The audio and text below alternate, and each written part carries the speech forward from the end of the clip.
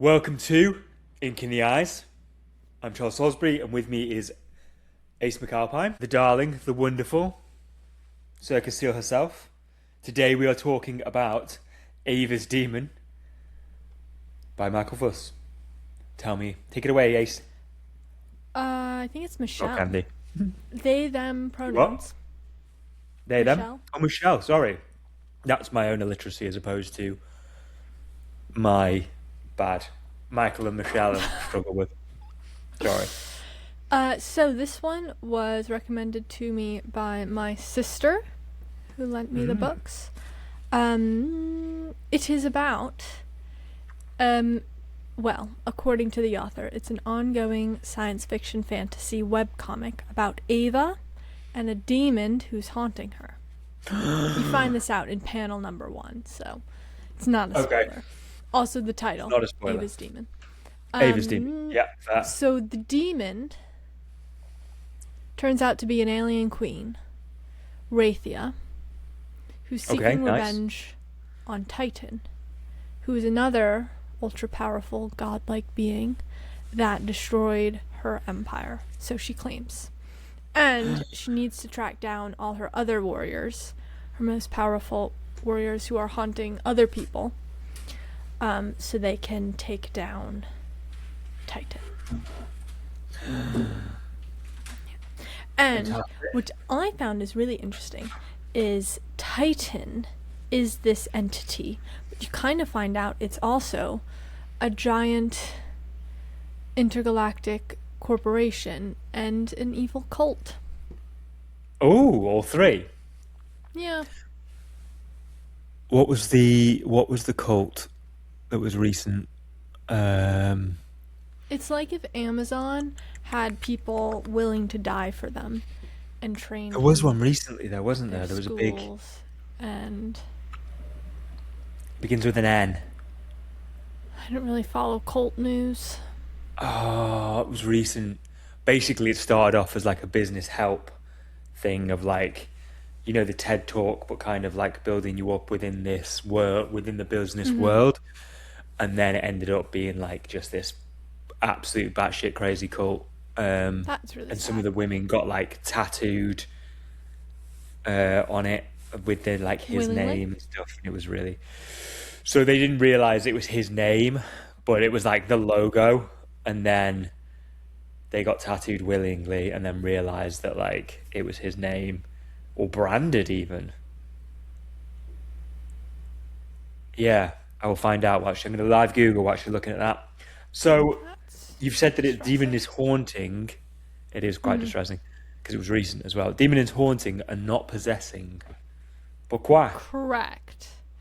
So it appears as if she has been haunted by this demon her whole life. And there's moments, because the opening scene is the demon kind of making her write awful things in her notebook and shouting at the teacher. So there's moments of possession, but I think she's not quite strong enough to completely possess Ava. Now, by like chapter 2, they've made a pact, and Ava agrees to help her if the demon, gives her a new life, because her life has been ruined by this woman just possessing her and being awful to everyone. And Right. So she the and all these other children have been, I think, kidnapped. They haven't said kidnapped. I've only read the first book, but it appears as if all these kids have been kidnapped from their home planets and forced to be in this Titan-run boarding school, and so she doesn't have a family either. oh, so it almost has like Moonshadow kind of vibes of being like kidnapping children and taking them away and Well, so sci-fi. Wraithia hasn't kidnapped the child. They're all just in this boarding school, and so she stops possessing Ava and will lend her Yeah. powers for this favor of hers. So Ava lends her kind of her body for the favor for the demon to be like, I want a new Well, life. she's not even lending the body, really, because she's the one who has to go find the warriors, like Ava. Right. So the demon is just kind of occasionally possessing her, but just in the background, kind of. So as soon wrecking as her they head make kind of the vibe. pact, she doesn't possess her anymore. Right. Got you. Nice.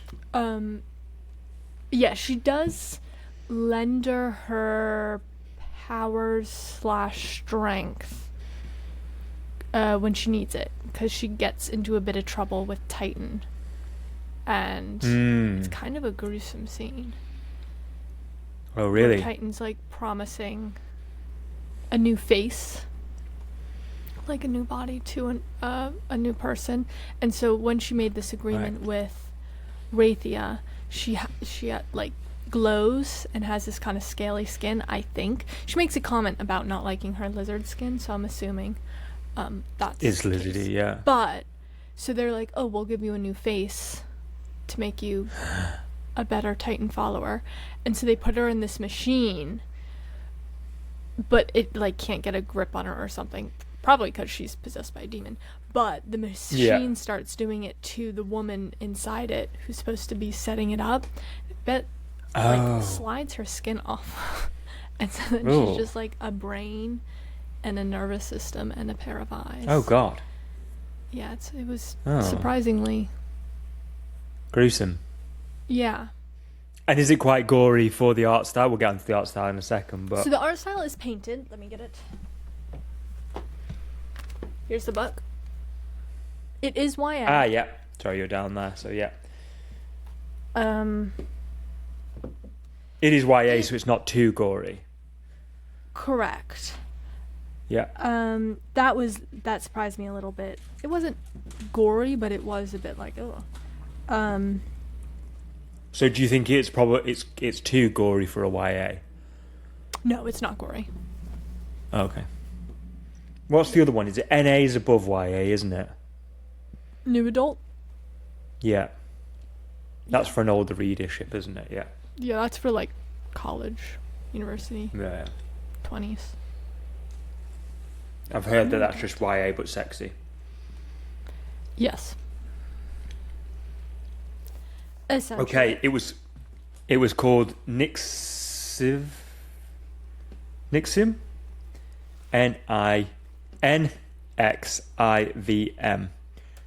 A self-improved business seminar company in the late 1990s became an MLM, and it was hugely, coercion, sex trafficking, forced labour. And Keith Raniere, if you've heard his name, was convicted to 120 years in prison. That's good. You were telling me about a character, I believe. Oh, yes. So there's a character. Well, I'll start from the beginning. So the reader is first introduced to Maggie, who is a schoolmate of Ava. And they used to be friends, but kind of because of Ava's outbursts, because she says some quite cruel things to people, Raythea through her. Right. They're no longer friends. And then you meet Odin, who is another one of their schoolmates that kidnaps Maggie because he likes her and knows the planet is about to be destroyed by scavengers. You don't really know this. He's just like, come to my ship. And they're like, what is this? So Ava follows them because she's like, I need to save this friend. He is actually stealing her. And then the planet is destroyed. And they crash land on a new planet, which is where the Titan headquarters are. Oh, God. So they've kind of gone into the worst place they could do. Yes, and are found by Gil, who is a die-hard follower of Titan. And this is where Odin's like, you're in a cult. But Gil is a die-hard follower of Titan. He's about to enlist he's just finished his schooling, about to enlist as a doctor in Titan's army, but finds them and kind of says, okay, I'll take you to the city center, to like a refugee center. And Maggie is, I don't want to say in love because it's very superficial, but she's like, Gil is so dreamy, I will also become a follower of Titan so I can go travel with him. So and she then it joins the takes cult into- for this fella. Well, a lot of chaos. So that's just the first couple chapters. Chaos ensues, including so Odin's ship crash because Maggie has these magical plant powers, and she starts attacking Odin because he's like, I'm just gonna drop you off on a desolate planet. Oh. And she's like, release me, fool. And then the ship crash lands as she has trees growing out of her arms. It's quite a cool power, I guess. Mm. Feeling that. So that's the setup. That's your cast of characters. Oh, and Gil also has, as soon as you're introduced to him as a character, you're also introduced to, he has a ghostly woman also associated with him. Does Ava know following that? him around. She's lovely. Her name's Nebi. She's like this mermaid-like figure. Let me find a photo of her. Here she is. How cute. Yeah, anytime she speaks, she has a heart punctuate the sentence. But she's on good terms with Gil. Yeah, so it is a painted art style. It's lovely. Her It colors looked good are from the so little bit vibrant. that you just did them. Yeah. And then when she's kind of in, so that's Ava. Ava's always in, like when you're in her, this is Gil, so when they're on the Titans planet, it's always very blue. And I believe Right. Titan himself is blue. Let me find Ava's mind. 'Cause she's always very red, and it's like hell. It looks kind of like Laura Olympus. Oh, yes. Now, Ava... so this is when Ava's making the pact with Raythea. So it's very... Oh yeah, well, not exactly like Laura Olympus, but you see what I mean. It has that red and gold. Like, yeah, it has those very vibrant, and it does have vibrant primary colours. the reds and blues. So Odin, he has a purple tint to him, but in his kind of story sequence, it's more normal colors.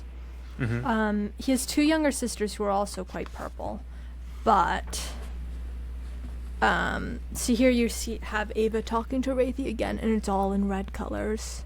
Yeah. And she has lava fire powers. Oh, and then Maggie's quite green. This is inside Maggie's mind. Yeah, that's quite tealy green. And so on the author's So you can website, visually it see. Go You ahead. can visually see where you are quite quickly. Yes. Yes. Then. Yeah. On Because the it did website- sound like it could get quite confusing. Yeah, she does So introduce a that lot of does make characters, sense, but they're extremely different. Right. And you know, I just told it to you in 5 seconds. Yeah, looks yeah. pretty I knew she'd ridiculous. find a way around. But it is a I big just thought cast. That's quite. Yeah. Makes sense.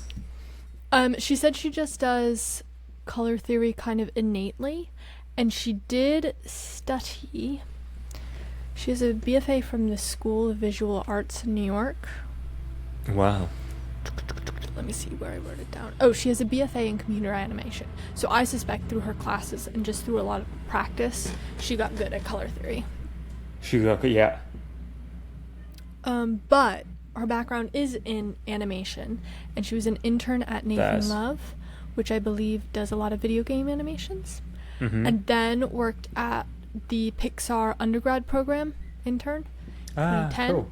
and said she learned successful storytelling here.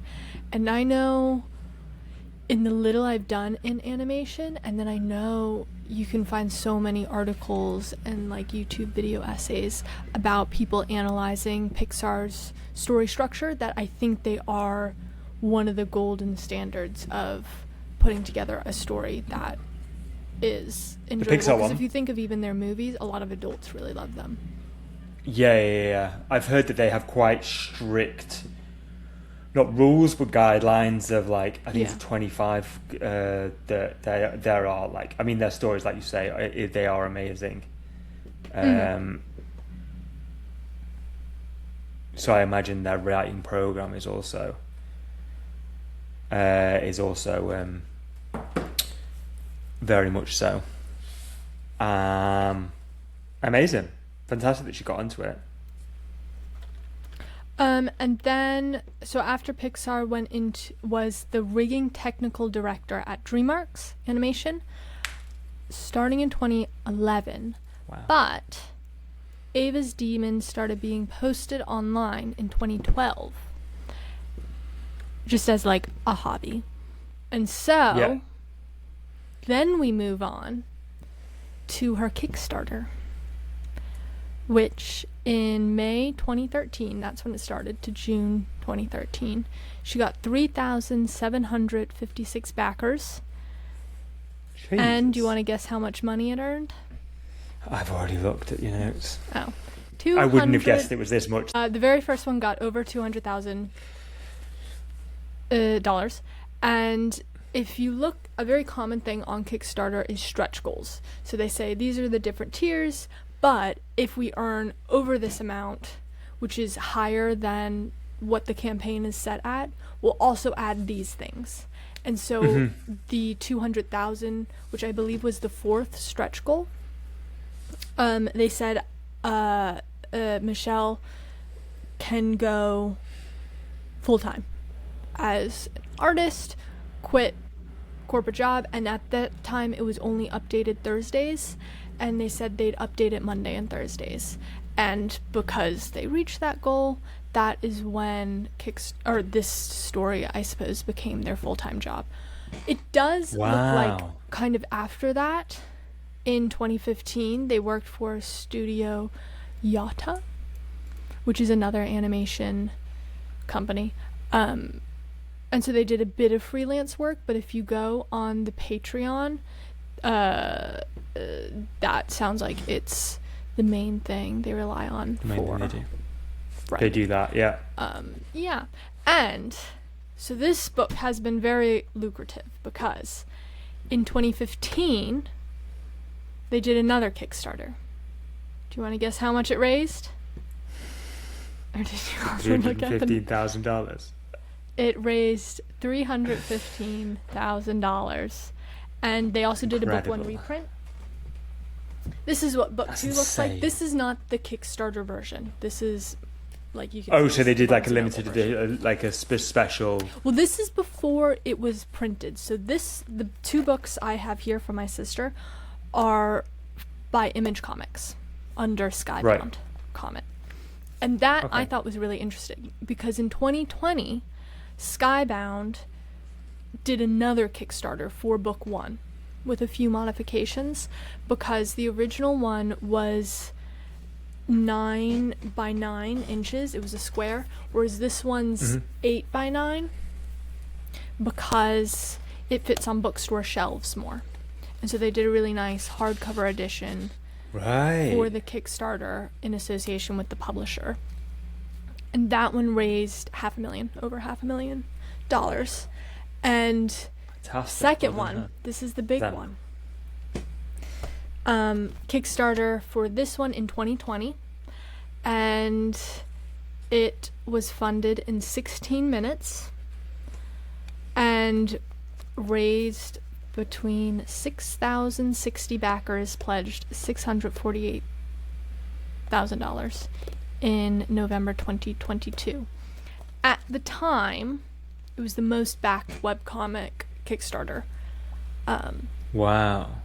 It's since been beaten, but at the time it was the highest earning. By Lore Olympus or by Heartstoppers?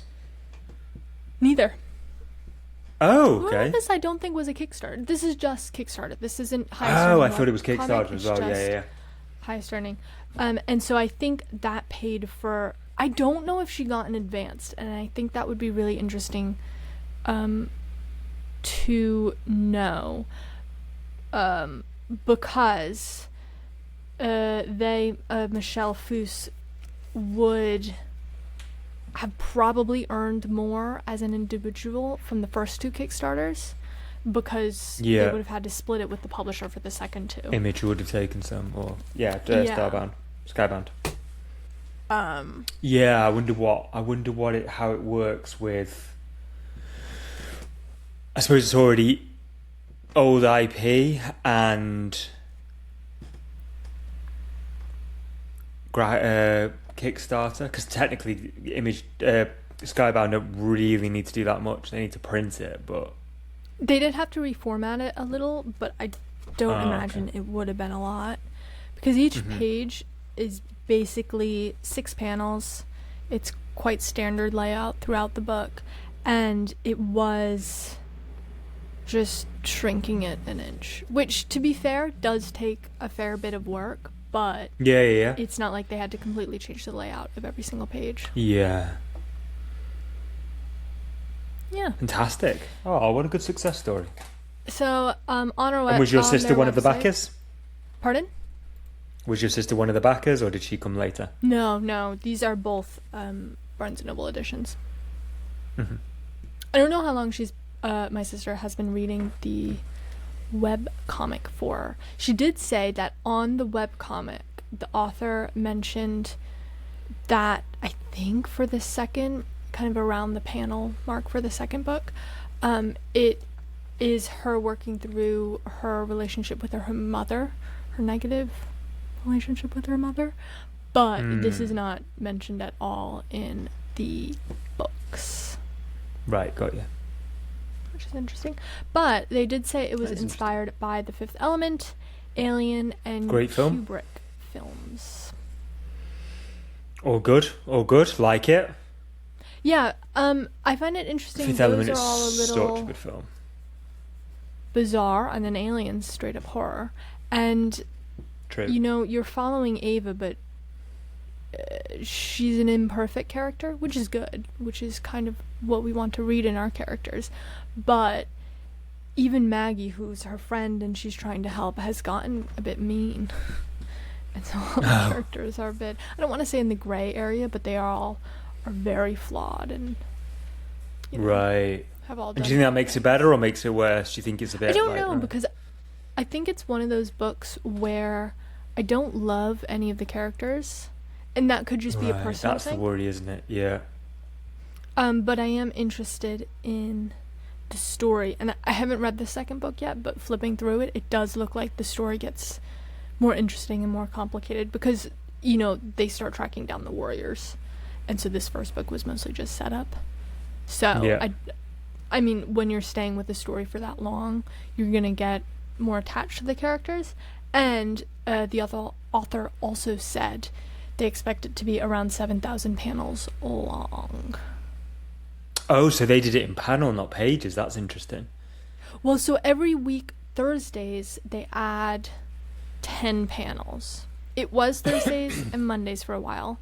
I think Right. during COVID, it went back to just Thursdays. I don't know what it is now. You can look at them Got all on Webtoon and their website. Like, they And are read it just all, yeah. online free. Yeah, but sometimes you do want a book. I understand I know it sounds insane when you're like, oh, but I could just read it online, but I No, like reading online isn't as nice. physical thing. I don't like reading And online. I know Webtoon, once it finishes, you have a limited amount of time before it does go paid, and you have to be a paid member of Webtoon. God, yeah. Oh, so So, they like, don't Lore have an Olympus, you yeah, of can't course, yeah. read. You can't go back, yeah. Yeah. Yeah, that's fair. Yeah. And there's a few Webtoons that I really enjoyed, but I don't pay for coins. And so Yeah. if there was a book of them, I would buy it. Yeah. I get into Webtoon, then forget about it for a bit. Yeah. Like, I get into it's it, also and a then, pain like, to read on the screen. it's a pain to read on the screen. I don't really like it. And then you're like trying to find the one that's for you. Do you know what I mean? That you want to put in all the yeah, time on shifting as well. through them. Like, that is all. Yeah. Because a lot of them aren't they're just not written for me. They're not really my thing. So it makes sense that they would be. Yeah. Yeah.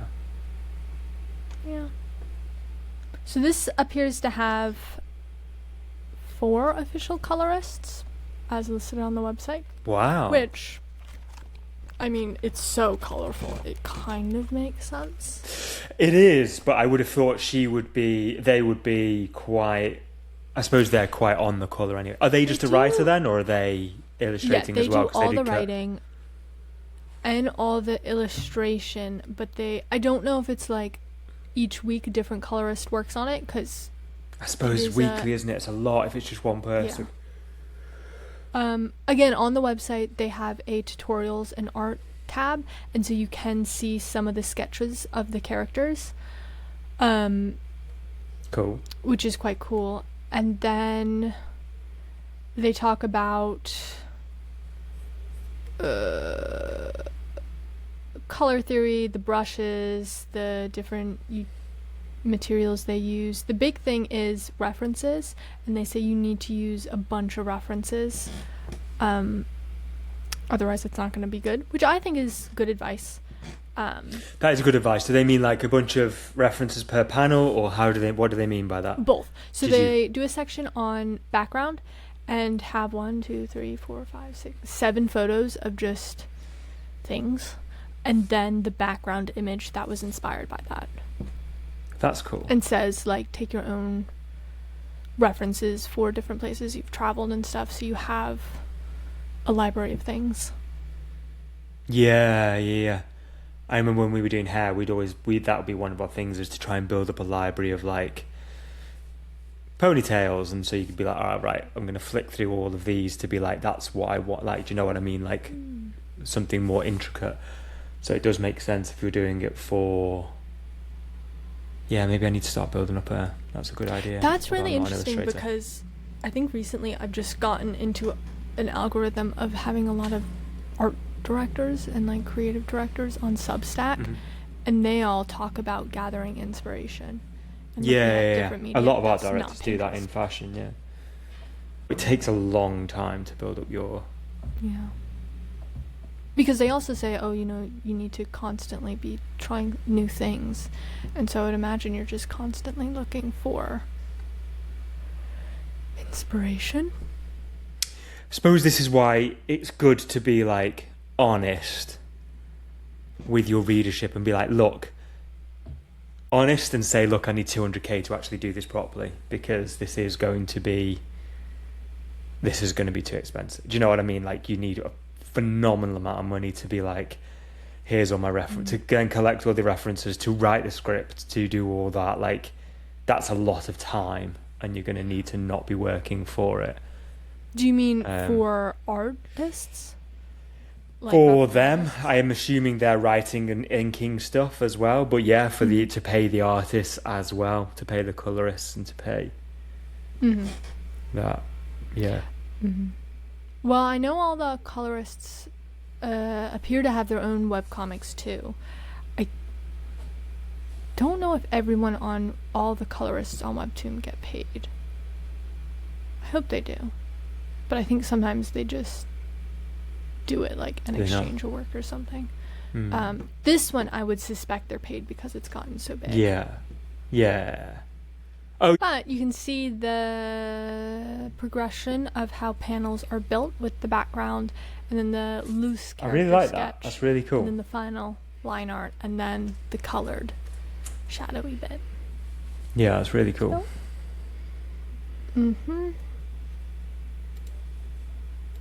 Yeah. They also said under the author bio, started Ava's Demon and intends to finish it with a bang.